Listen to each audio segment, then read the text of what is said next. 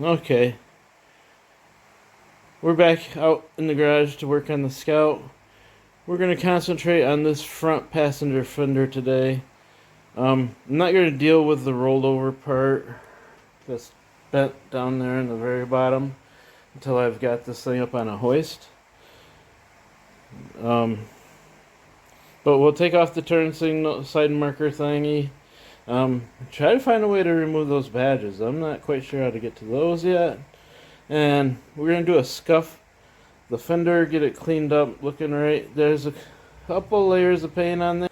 But the floor pan came in over this week. I plan on putting that in over the holiday weekend.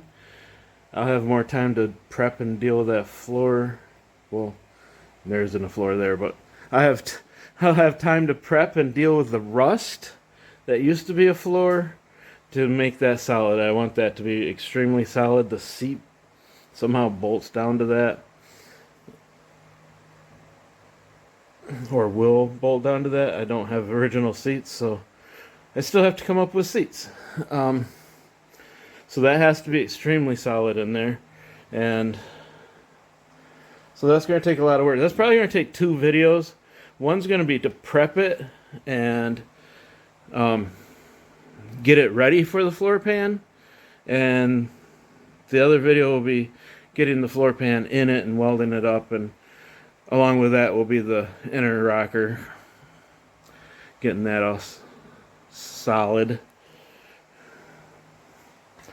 But there's no lack of work to be done on this thing, so I will start removing pieces and check back in a few. So I got the side marker light off, and of course it was just rust underneath it. Rust pitting. And I start sanding, flapper wheeling the body, and that's Bondo. That's Bondo. So I'm trying to decipher. I think that Bondo is under a brown, and I don't know if that brown is a primer, sealer, or if the Scout used to be brown. I've gotten myself to this point where that has to be fixed, and I will break out some metal and get that taken care of. This is also where I find old office furniture good to use, is the 90s that are already in there. Just put it up there, cut it out, weld up the backside, and form it down as you're welding, and it turns out really good. I made my patch, and then I set my wheel up against the patch, my cutoff wheel, and I went along the patch. So no matter how crooked or ganky your patch is, your rust is gone, and you can make your metal flush. And that's how I form my metal too, is I'll use a hammer handle or hammer and push on the metal as I'm welding, and I'll form it as I go. I've seen it done that way once, and that's how I've done it since. Okay, so that area is patched. I'll cover that with POR tomorrow after I fix a couple of the other little pinholes and replace this area of pitted rust. And I'll take on that too. I'll try to get that done tomorrow too. And then that whole area I'll cover with POR also. And just because I'm putting POR over it does not mean I'm done with that area. That just means I'm done for now. And the filler, I'll use fiberglass filler and probably Bondo over it after all the rust holes are done. So these are It may take a year or so. Here in Michigan, it's going to freeze and defrost and freeze and defrost so many times. And if you don't cover up that metal, it will get bad fast. So we have to cover up that metal with something. And I have cans of POR sitting here. And so that's what I'm using. I'll probably have to sand it all off later. But for the next year or so, while this sits and gets all this body work done, it's going to have POR covering it. Okay, I decided to go ahead and weld in the pinholes. There's a couple of pinholes up there, and the bolt holes that was holding the side marker light on, I welded those in. And this time for real, I'm going to go inside and be done for tonight. And tomorrow I'm going to try to take like 100 grit over this whole fender and see how it looks after that. See if there's any Bondo sticking out at me or rust holes that pop through around that lip there. There's a little surface rust there. I think it's fine.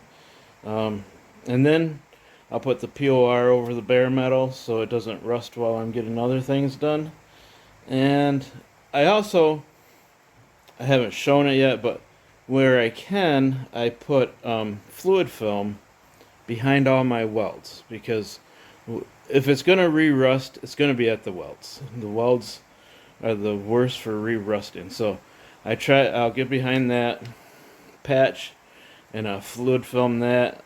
I'll fluid film the inside of this whole fender. I've got a couple gallons of that with wands and spray nozzles, and I'll be able to get up in there and get to that. So that's what I do on the backside. I'll put fluid film behind there, oil it up real good. And I'll POR the front, and that'll last me until I'm ready to finish body work. Right now I'm just plugging holes and patching holes, and that's going to take a long time on this. So tomorrow I'll come out here, I'll show like a before and after of what this fender looks like. It's really dirty, nasty. It's like it's got no clear coat on it. So we'll take 100 grit over it with a DA and see what it looks like after I'm done doing that. Okay, well, I did it now. I got carried away with the DA and sanded all the paint off the fender. I wasn't going to do that, but that paint wasn't held on very good. It came off really easy. So it kind of had to go. So I got the nameplates off the side. Got it welded up.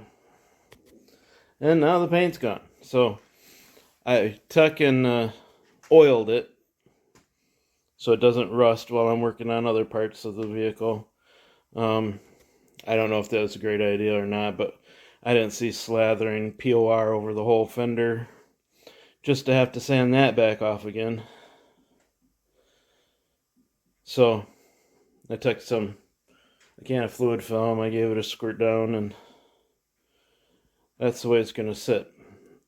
Normally I would paint it, but being winter in Michigan, inside my garage, I got a salamander heater running, so we'll wait until at least spring, get this covered up. Next week, I'm thinking about taking on the side rails, or at least one side rail. I'd like to get this passenger side done up pretty good before I can start putting that floor pan in on the other side. But there's a lot of work to be done here. I really need this to be solid, so I might put a rooftop tent on this. So not only does the body panel itself have to be fixed, but this rail, this thicker rail under here, has to be replaced also. And who knows what kind of trouble we'll run into under that. But there's a couple of pinholes in the side. I did find as I was sanding on the front of this that there was some more Bondo up in here beside of where I fixed. And there was some Bondo down here in the front corner, underneath the brown and underneath the orange. So I don't know if it's had a complete repaint. Or if it was just damaged in the front and they fixed it, or maybe the factory did it. I don't know. Back then, I guess they could have done it at the factory. But that's where I'm sitting for this weekend. I'm going to call this a good place to stop, and I'll look at metal and stuff to work on that rear rail next weekend. Have a good week, and like, subscribe, and share, and you get notifications when I go to do that big floor pan job. That ought to be lots of fun.